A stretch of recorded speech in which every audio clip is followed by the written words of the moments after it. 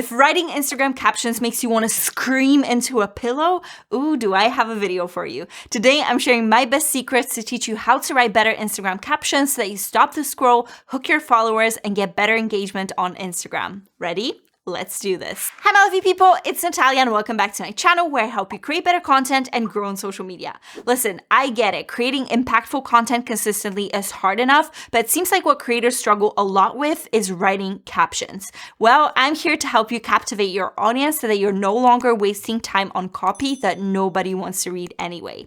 I've got a lot of gold nuggets for you today, so let's jump right on in. The foundation of a great caption is great knowledge about your audience. Without understanding exactly who you're talking to in your captions, you'll likely be sending your messaging through to no one in particular, and that's ultimately a massive waste of your time. That's why you need to know who your audience is so that you can constantly relate to them authentically, address their needs and pain points, and provide the solutions they are looking for. Of course, all of it has to be done using the tone and language that works for them. They need to vibe with what you have to say, and therefore it needs to be delivered the right way. Although we're talking about captions only here, it's worth mentioning that it extends to the formats you're serving to your tribe.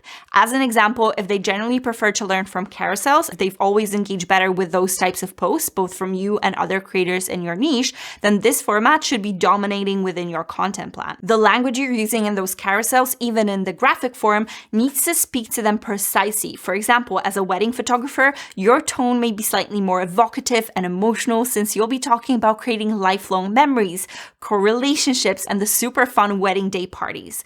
With a sports coach, chances are the tone may change to something a bit more motivational for those who aspire to greatness, but also scientific if you're relating vital health and fitness related facts. Setting the right tone for your brand messaging is so often overlooked, but can have a massive impact on how your captions are perceived. I know I talk about understanding your audience a lot, but this is key to any strategy, both in marketing and business. If you're still struggling with this bit, I'm sure this video right here is going to help you figure out who your ideal audience really is and hone in on those crucial details. This takes us to the very important mistake that a lot of people make when writing their captions, and that is making it about themselves. Sure, there's time and place for shameless self-promotion and actively talking about your products or services. These kinds of posts and captions need to be included in any strategy to actually sell more. But even promotional posts have to be written from the perspective of the potential buyer. A quick example would be a company posting a visually stunning photo of their product, filling the caption with all the cool features that their product has, raving about the state-of-the-art technology and innovative approach. That's all great, but how is the reader supposed to know what it means to them? It's amazing that the technology is so advanced, but how does that translate to what they can do with the product? How does it improve their life? This kind of a mistake is super easy to spot within promotional posts because it's so common, but that doesn't mean all the other kinds of captions are innocent of this. Say you had an event that you were invited to as a speaker and you rightfully so go in and post about it on Instagram, thanking the organizers, saying how grateful you are for the chance to speak and expressing how fun it was. Seemingly nothing wrong with this, right? Well, wrong. This is such a missed opportunity to bring your tribe closer to this event, make them feel like they were there, and also emphasize the power of determination. Inspire them with the steps that led to this moment and showcase true leadership by empowering the audience to take action and encouraging them with a key insight that they can take action on. Sounds much, much better, right? On the one hand, you've got a somewhat inspiring yet bland and generic post about some event. On the other, an inspiring, story-driven caption from a leader that's worth listening to. There's a smart way to relay your own insights and experiences, but talk to your audience the whole time.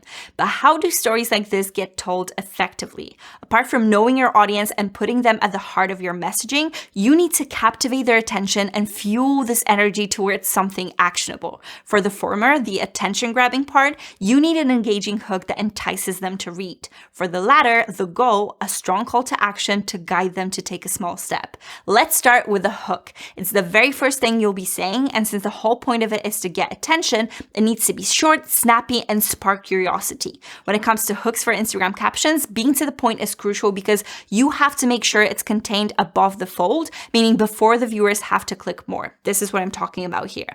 When scrolling through the feed, the captions on Instagram are truncated and only the first 125 characters are shown initially. That's why you have to squeeze as much as you can out of this limit and make your first sentence captions the most powerful one out of the bunch. After all, unless it captures their attention, your followers are not going to read the whole thing. There are many approaches to hooks, but I like to think about them in two ways. It's either a strong value proposition explaining exactly what your audience is going to get in just a second, or a burst of emotions in the form of a revelation, a declaration, a pain point, or simply an exclamation that's too hard to resist. For the best results, combine them both. It's an effective way to craft hooks that really spark curiosity. It can look something like this. My secret to getting more views that nobody talks about. 5 mind-blowing tips to 10x your growth this month.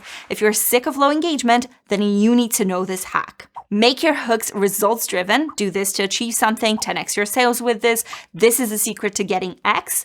Highlight a negative outcome, for example, avoid this, stop doing this, don't make this mistake, or sprinkle in some controversy with a highly unpopular opinion. There are so many ways to write effective hooks, so don't be afraid to experiment and test what works on your ideal audience.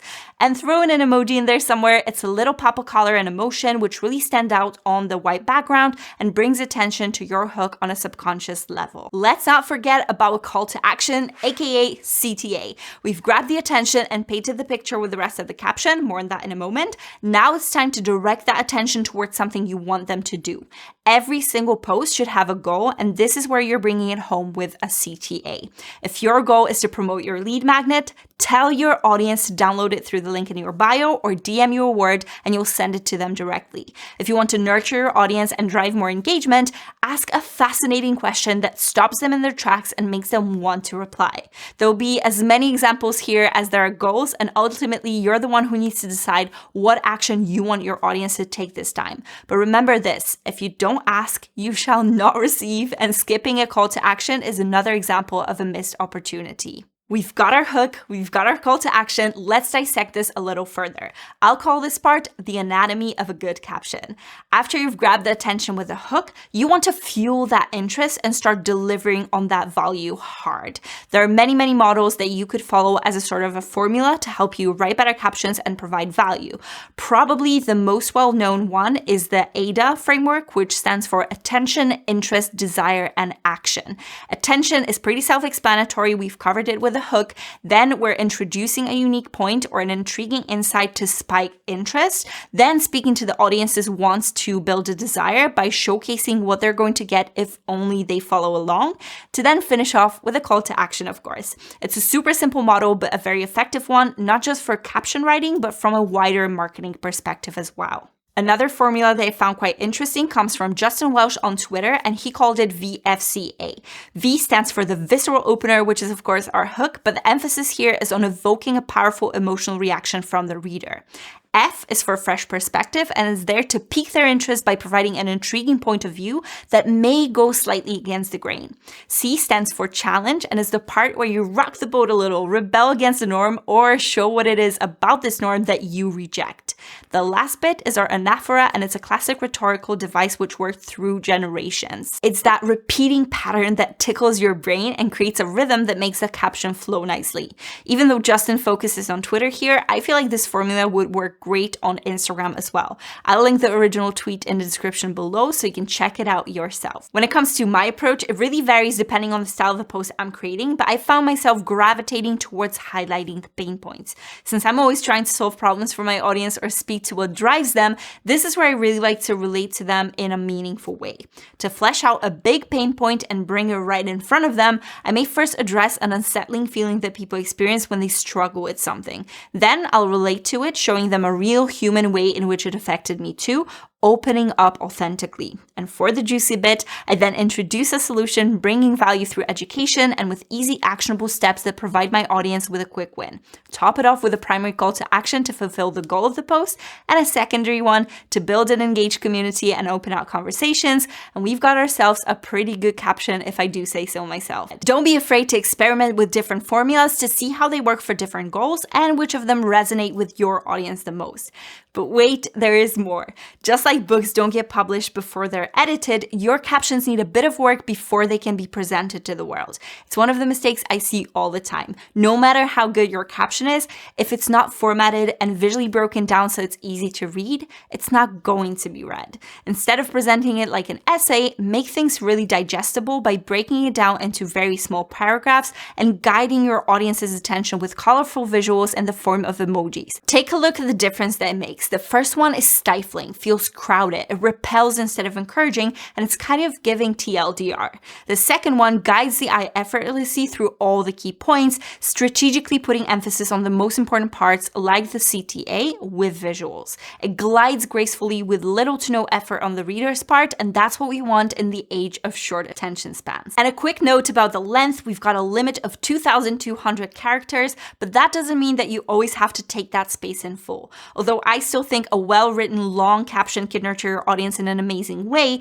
there are plenty of reasons to mix things up in terms of length too, especially with the formats that we've got available on Instagram. If you're already covering a subject extensively in a reel or a carousel, you may not need to go in depth in the caption too. In those cases, it can serve as a small addition where you're grabbing attention with a hook, making one bold statement to sum things up, and finishing off with a strong call to action. It's almost secondary nature since reels and carousels should have hooks and CTAs too, so your caption is only there to reinforce them. That being said, if there's so much left to say, by all means, knock yourself out. It's the result that counts. But how to make those results better in terms of increasing reach and searchability? Well, with SEO and hashtags, of course. I don't want to spend too much time on this part because I have 2 separate videos where I go in depth on these topics, but know this, it's worth optimizing your captions by sprinkling in some keywords and hashtags. Search engine optimization has been gaining importance on Instagram since so many of the other social media platforms like TikTok are already being used as search engines by massive amounts of people. Including a keyword or two can help your post fare better because it increases the chances of it being found through the search functionality. Moreover, as confirmed by Adam Mosseri, the head of Instagram himself, you have to add hashtags to your caption and not post them in the comments. It's helping the algorithms understand your content better and deliver it to the right people. And if you're adding hashtags in a comment under your post, that bit is not scannable for Instagram in this way, so you are missing out. I highly recommend you watch these 2 videos next to laser focus on your strategy and discover all you can about your audience. You'll be then able to write more effective captions that reach your tribe the right way, especially if you add in some of that SEO magic. Let me know in the comments what your key takeaways from that video. Give it a thumbs up to help the channel and myself deliver more content like this to you. And of course, consider subscribing too. Thank you so much for watching, and I'll see you next time.